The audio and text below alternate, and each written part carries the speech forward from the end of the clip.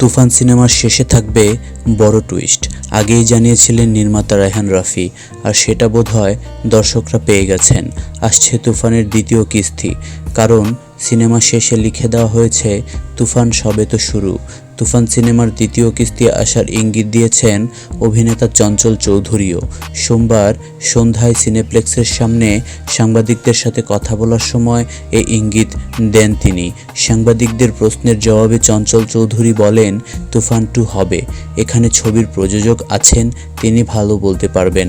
এরপর তুফান ছবির প্রযোজক ও আলফা আয়ের কর্ণধার শাহরিয়ার শাকিল বলেন, তুফান 2 আসবে কিনা তা জানতে হলে আপনাদের সিনেমাটি দেখতে হবে। সিনেমাটা দেখলে এর উত্তর আপনারা পেয়ে যাবেন। আর বিভিন্ন মাধ্যম থেকে এও জানা যাচ্ছে যে তুফান 2 কনফার্ম, এবং তুফান 2তে বড় চমক হিসেবে থাকছেন নায়িকা পরীমণি।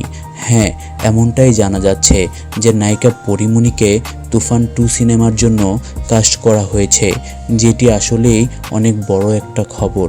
কেননা এই মুহূর্তে পরীমণি বাংলাদেশের নায়িকাদের মধ্যে সবচেয়ে বেশি আলোচনায় এবং সমালোচনায় রয়েছেন, এবং শুধুমাত্র দেশেই না, দেশের বাইরেও পরীমণিকে নিয়ে আছে ব্যাপক আলোচনা। তো দর্শক, আপনাদের কি মতামত অবশ্যই তা কমেন্টে জানাবেন।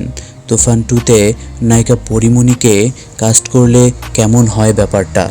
আর আপনাদের ভিডিওটি যদি ভালো লেগে থাকে তাহলে অবশ্যই লাইক, কমেন্ট, শেয়ার করবেন এবং আমাদের চ্যানেলটিকে সাবস্ক্রাইব করে আমাদের চ্যানেলটির পাশেই থাকবেন। ধন্যবাদ।